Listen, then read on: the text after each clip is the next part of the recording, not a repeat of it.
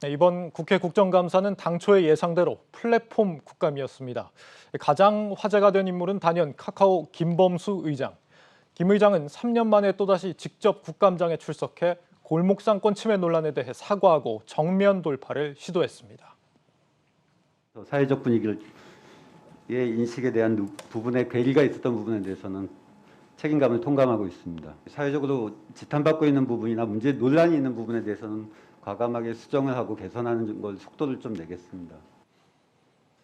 김범수 의장은 골목상권을 침해하는 사업에는 앞으로 절대 진출하지 않겠다고 말했습니다. 또 골목상권을 도울 수 있는 방법을 적극적으로 찾겠다면서 이건 카카오의 모든 공동체가 추구하는 목표라고 강조하기도 했습니다.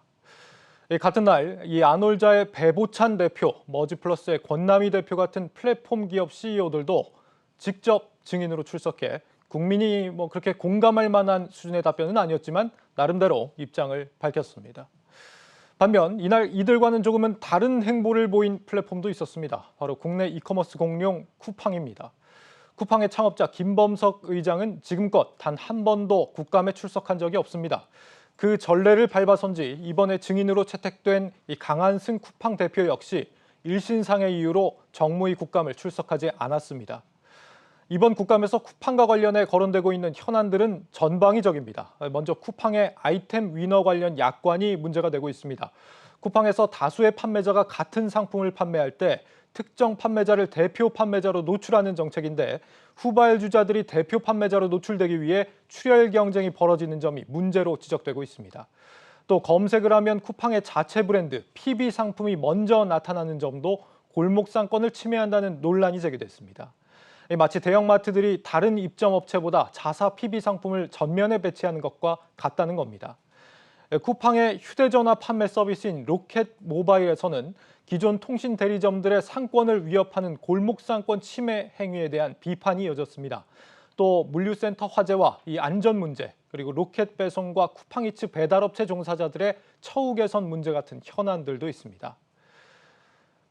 네, 카카오와 쿠팡, 이 한쪽에선 의장이 직접 나와 대응을 하는 반면 다른 한쪽은 창업자는커녕 한국의 대표자마저 불출석하는 서로 다른 모습을 엿보게 됩니다. 이런 두 회사의 면모는 사익 편취 논란에 대한 대처에서도 확인할 수 있는데 김범수 의장은 카카오 2대 주주 K큐브 홀딩스를 통해 자녀에게 경영 승계를 하려는 게 아니냐는 의혹이 불거지자 논란을 사과하고 이 가족 회사가 아닌 사회적 책임 회사로 빠르게 전환하겠다고 약속했습니다. 실제 지난달 두 자녀도 이 회사에서 퇴사시켰죠. 반면 이 쿠팡의 김범석 의장 일가는 이미 이런 지적을 받을 우려를 벗어낸 상태입니다. 김범석 의장이 외국인이라 이 공시 대상 기업 집단의 총수로 지정되지 않았는데 다시 말하면 총수 일가의 사익 편취를 규제하는 법 조항을 적용받지 않습니다. 정부가 다시 외국인 총수를 지정할 수 있도록 법 개정 움직임을 보였고 이에 김 의장은 아예 한국 쿠팡에서의 모든 직위를 내려놓은 상태입니다. 물론 여전히 김범석 의장이 미국 법인을 통해서 실질적인 지배력을 행사하고 있다는 시각이 우세합니다. 아직까지 김범석 의장 일가가 이 국내에 개인 회사를 차린 일은 없는 걸로 보입니다만 차려서 사익 편취를 해도 별다른 규제를 받지 않는 상태라는 걸 알 수 있습니다. 네, 일찍이 재산 절반을 기부해 창업자들로부터 존경의 대상에 오른 이 카카오 김범수 의장, 그리고 기업의 사회적 책임에 대해 조금은 다른 행보를 보이는 이름이 비슷한 또 다른 플랫폼 창업자.